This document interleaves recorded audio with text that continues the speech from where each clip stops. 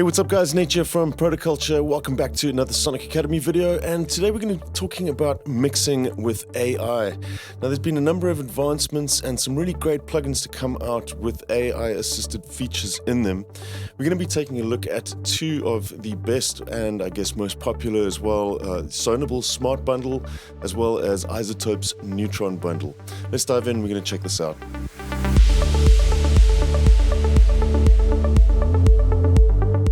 Right, so before we get started, I just want to dispel any misconceptions that you may have about what AI-assisted plugins are. They are just that, AI-assisted. These are not touted as bundles that are going to be a one-button solution that are just going to magically mix your track. They are designed to speed up your workflow, make things a little bit easier, guide you in the right direction. But at the end of the day, mixing is very subjective. It's very dependent on the source material, and you are going to have to put some input into these at some point to kind of push things in the direction that you want and make those creative decisions when it comes to your mix. So let's just talk about some of the differences between these two plugin suites. The Sonable Smart Bundle includes Smart Reverb, Smart Limiter, Smart Compressor 2, which is brand new, and Smart EQ 3. So 4 plugins in total. Neutron has a few more. Neutron has a single plugin which acts as a hub. That's the one that deals with the AI stuff. But you also get all of the included modules as individual plugins. So you have compressors, you have a dynamic EQ. The compressors are 4-band multi-band, I should add, whereas Sonable's Smart Compressor is a single-band compressor, but with spectral compression as well. The spectral compression is handled slightly differently in Neutron by way of their Sculptor module. There's also an exciter distortion unit that now includes the trash algorithms as well, and also a transient shaper that's available to you. Neutron doesn't have a mastering grade limiter. There is a limiter on the hub plugin, but I wouldn't use that in a mastering instance. So quite a few differences between the two suites. So we're going to try out an interesting little scenario here. I've got a track that I've kind of just condensed down to a few simple elements. I've removed all of the processing from it and have this in the dry section here. It sounds like this.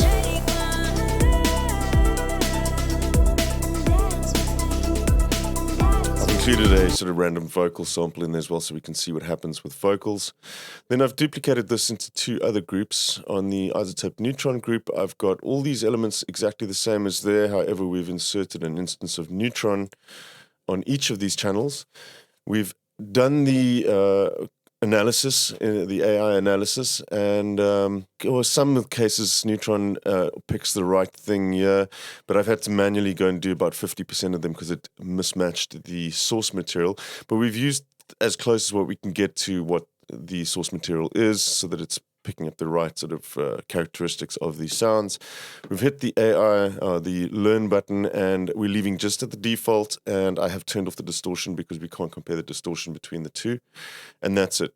We've done the same for Sonable. I've got them in a chain here, and we're just using the Smart EQ 3 and Smart Compressor 2. In this case, Sonable doesn't do automatic detection of the source material, so we've again just gone and selected the closest to what each of these tracks is and hit learn and left it exactly as the default settings. I haven't changed anything. Now again, I will say that these are designed to be a starting point, so it is intended that you go in and modify settings from there to suit what you're trying to do in your mix. But just to check things out and see what the AI is doing in each of these pieces of software, I've just left them at the default, and we can go take a listen to the end results. So let's take a listen to the dry one again, and I'm going to flick between the dry and the Neutron.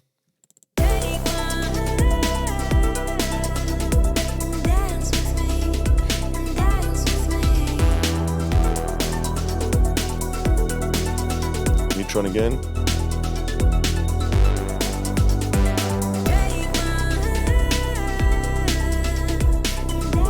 Dry again. Okay, so let's jump into the Sonable one now.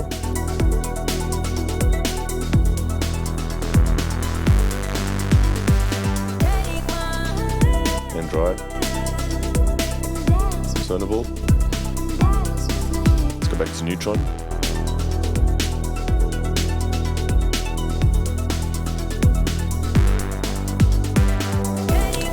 And there you have it. So that's interesting to hear what they're coming up with there. Fair amount of difference between the two. And there are components of each of those mixes that I do like and some components that I don't. So with the default settings, the Sonable one, definitely a lot more punch, a lot more mid-range stuff going on there. Although the mix is slightly dull in that one, I find I would normally put a little bit more sizzle in the tops in certain elements, like the hi-hats, for example. Some of the stuff could also just be solved by readjusting the levels after the compression has been done. But all in all, I really like the punchiness of the Sonible Smart Bundle's default settings. The Neutron one, it does clear out the mix quite nicely in certain spaces. It seems to add quite a bit of depth in places, but it does fall flat in stuff like the percussion for me. The kick kind of tends to get lost. I find that Neutron does this quite often. The kick becomes a little bit sort of floppy at the bottom. Again, you can adjust this by going into the settings and changing some of those. We're going to take a look at those in just a sec as well. So let's just look at the process of tuning this once you've done the AI as well. Just compare the two plugins together. We'll look at Neutron and let's just solo the kick. So in the tune section here, you'll see you can very quickly dial in the amount of punch.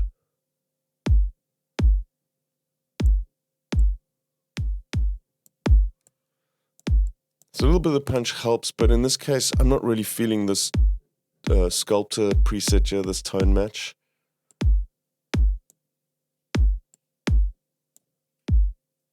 See what I mean? It goes quite dull and quite floppy. So you want to back off on that, for instance. And let's also have a look at what Neutron's done inside here. So this is sculptor now, the spectral compression happening.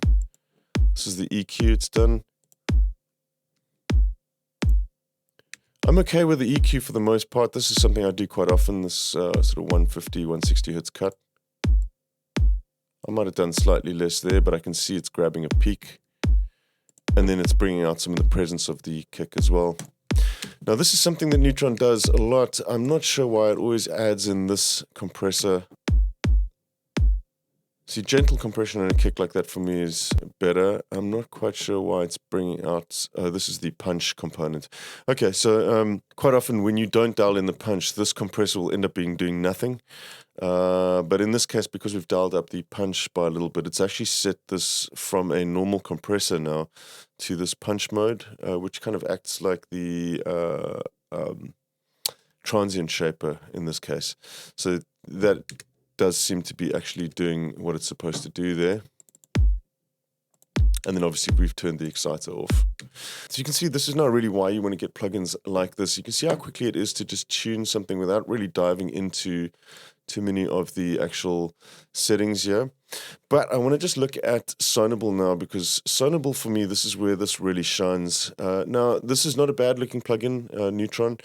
And as you can see, there's a lot of stuff that you can do with all of the different modules. But the Sonible Smart Compressor in particular really is a masterclass in UI design. So we'll come to this one now. Let's bring up both of these. We can see what it's done here. So the EQ tends to do this by default all the time. And this is spectral component kind of just sort of levels out your audio. And then it's intended for you to go and make modifications to this. You can add in nodes here, and you'll see that the spectral EQ actually moves around with this. You can do nice broadband EQ like this, but still have these little cuts on resonant frequencies and so on. It's very easy to get to grips with this. And then you can also reduce the amount of this AI component here as well, just by bringing this down. We can also make that dynamic too. But I should also just mention though that none of these sort of extra bits get done with the AI, and that's okay by me. I think that's actually great. It sort of gets you the settings and the sort of minutiae of the settings to a place where you don't really have to worry about them too much, and then you can come in and make these sort of big picture decisions as to the tone of your of your mix. But let's get into Smart Comp and just take a look at this, because this is the latest one that's been released now, and it really, I've kind of moved over to using this almost exclusively for compression duties now, bar a few circumstances where I may want something like a tube compressor or whatever. But just take a look at what it's done here. These settings are all pretty fine. It's not doing too much. I have had instances where the kicks get squashed a little bit too much with this. But now you can come in and just tune your settings here. So we can adjust the threshold just to set how much compression we want. You can come in and dial the style in. I like adding a little bit of this dirty in here. It kind of has a little bit more of a sort of analog feel. It's more punchy.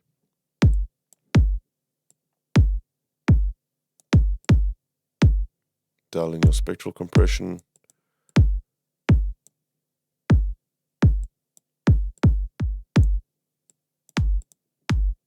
And then you can weight the color in either direction, have it more bright or darker sounding as well. You can also add in the sidechain here if we want to let through a little bit of the low end of the kick. I just really like this representation of the compressor though. Once you have these settings dialed in, it's really easy to kind of see what's happening. If you take a look and move the attack around, you can see exactly kind of those green sections, what's happening there. Let's look at the release.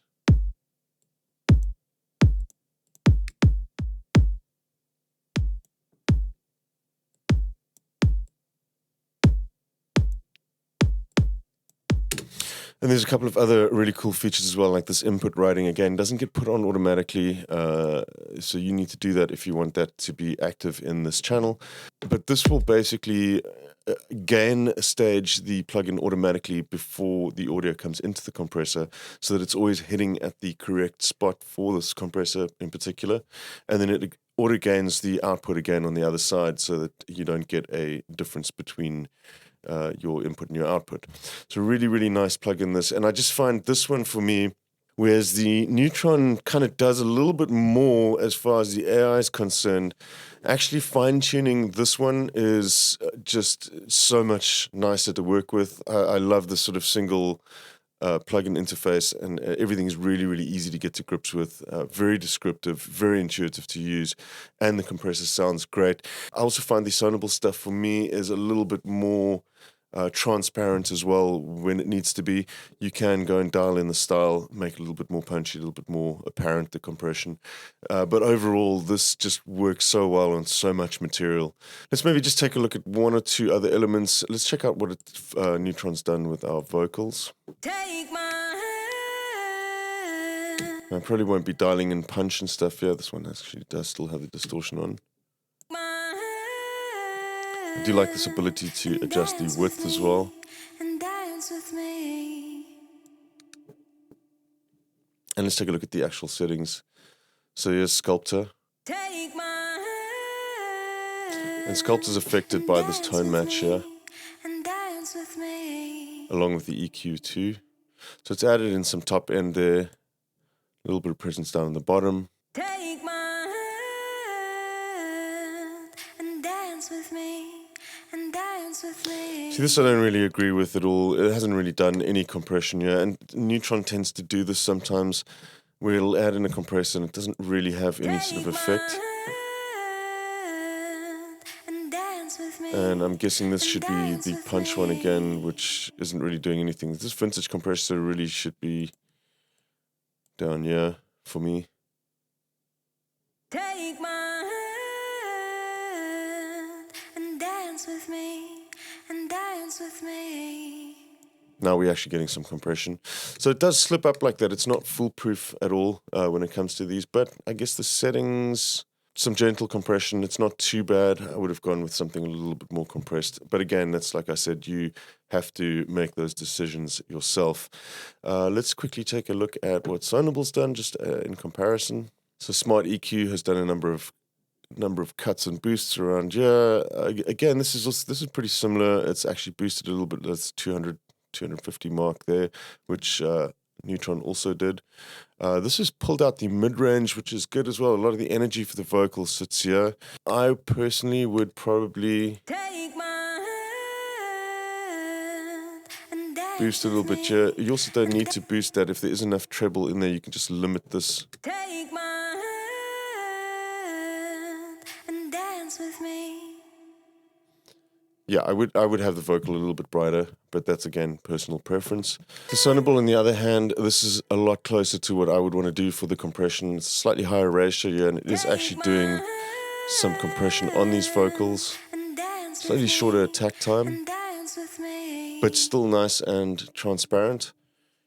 And we could actually also forgo the tweaking of this EQ here and dial in less darkness on the spectral compressor.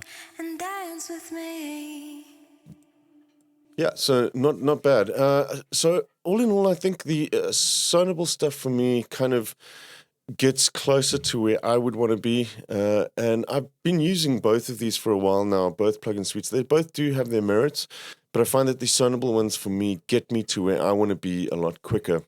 Now, I also want to just look at another component of both of these, and that's some extra tools that you have on hand, also utilizing the AI that allow you to place things better in your mix. We'll look at Neutron first. Neutron has two features, one that I really like and one that I've never had much success with. We'll just bring up the visual mixer quickly. So this is actually a very cool way of looking at your mix. You'll see that all of the plugins in your mix come up here. They're aware of other plugins in the project in this Neutron family. And I like the way that you can kind of just move the panning and the width of the elements around. Let's say the hats, for example, we want to move those out of the way.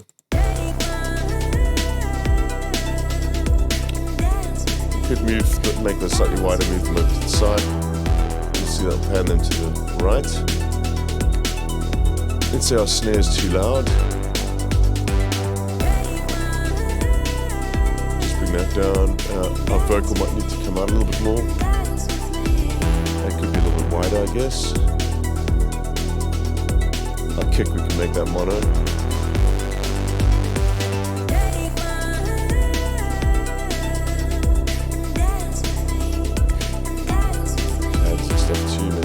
Out slightly. Move the piano over slightly to this side.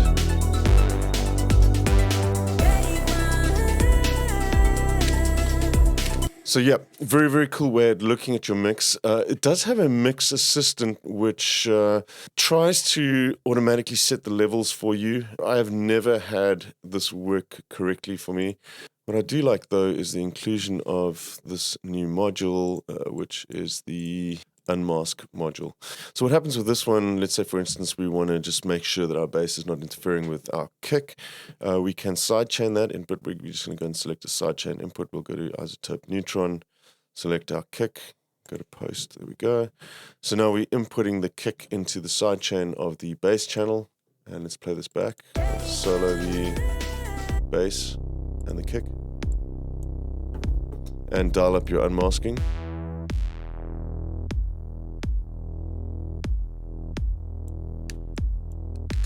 And then you can limit this as well.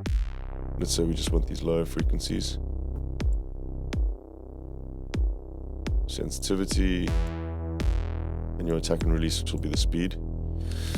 So this is a really handy tool, especially with stuff like vocals, for moving synth parts out of the way of the vocal tracks, for example. I really like the way that this works, and this is very useful for just carving out parts of the frequency spectrum in your tracks. Now, Sonable has a very, very cool way of doing similar stuff. Not quite the same way as that, but let's take a look at this one. Let's take a look at the vocals, for example. Open up the Smart EQ3 here, and you'll see that you have this section over here. You have this join group. Now, you can do this with up to 6 different plugins, so you may want to limit them to plugins inside of a bus, but you can make multiple groups as well. So we'll call this Sonable Mix. And you'll see it's added our vocals to a group here. Now you have a hierarchy of 3 different levels that you can set these with. In this instance, let's check out what we can do with stuff that may be interfering with our vocals. So we'll put our vocals as our priority over there.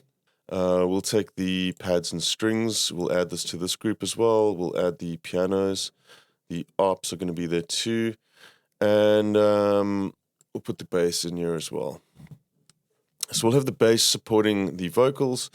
We'll put our pianos and arps there as well. And then we're going to have our pads and strings kind of in the background. Let's play this back. You can relearn all of these if you want. Right, and now what you can do is you can work with this group impact. So the group impact is going to basically prioritize frequencies prevalent in the vocals over other ones, yeah? These ones less so, and this one the most being backed out of the way. So you can see what happens when you have this down on 0. This is kind of the original settings for all of these. What should happen when we dial the group impact up?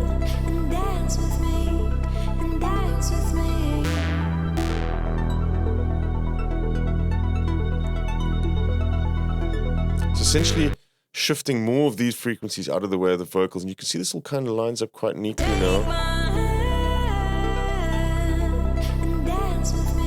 Let's actually move the pianos into supporting 2 and see what the difference is here now. You can see the vocals here, it's kind of pulled out all of these sort of frequencies that might be interfering with that.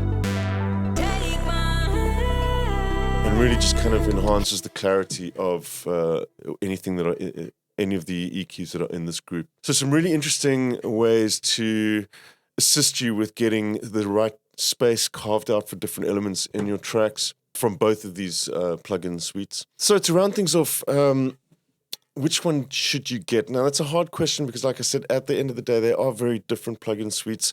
I do use both of them quite a bit. I really like the distortion in Neutron. I'm less reliant on the AI stuff in Neutron. I actually quite often, most of the time, I load up the actual individual plugins rather than the Neutron hub itself. I don't use Sculptor as much as I thought I would, but I really like the unmasking features inside of Neutron. Another bundle to look at is to get Ozone. There is some overlap with Ozone, although Ozone won't do the AI stuff. A lot of the compressors and tools inside of Ozone can run pretty much the same way as Neutron. I also like the fact that the Neutron stuff is all multi-band, 4 bands of multi-band processing in all of those. But if I had to pick one, I would be going for the Smart Bundle. They are just so easy to work with. The UIs are really, really impressive, very quick to use. They're incredibly transparent as well. The Smart Limiter is honestly one of the best limiters that I've used, I think. It is so transparent, and again, there's some really nice features in here. You know, the ability to check levels for Spotify, so on. There's distortion monitoring as well. Quite often, if you're in a small space with substandard monitoring, it's quite hard to hear when you are driving a master too hard.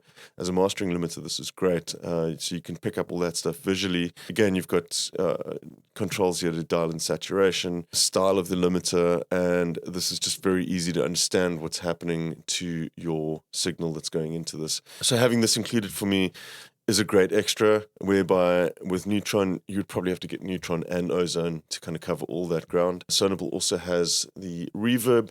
I was less impressed with the reverb. iZotope does have a similar offering in the way of Neoverb. I prefer the algorithm in Neoverb. They kind of do similar things. And we'll use AI to basically work out where things should be cut out of the reverb in order to unmask the sound as well, so you don't get stuff drowning in reverb. Both of them do similar stuff, but I just find the results for the material that I do, this one sounds a little bit more lush to me. So my sort of reverb choices usually go for vintage verb from Valhalla anyways. But yeah, this is a nice addition to have, even though I don't use it all that much. End of the day, I've been super impressed with this Sonable stuff, and it really does help to speed up your workflow. You almost stop thinking about a lot of these settings, and you just kind of get down to getting stuff sounding the way that it should. So that kind of wraps things up for me. Interesting plugins, these. these. I definitely think if you're somebody that's not quite confident with how compressors and EQs and things work, these are great plugins to kind of push in the right direction. They're not going to solve all your problems for you. You should know that. But they do help speed everything up and just make mixing a little bit more sort of second nature to you. So what do you guys think about AI in music production? Let us know below in the comments. I hope you guys enjoyed this video, and we'll catch you soon right here at Sonic Academy. Till then, take care. Thanks everyone for watching. We really appreciate all the support from you guys. If you love this video, then smash a like, and if you want to be notified about new videos, hit the subscribe and notification buttons. Peace!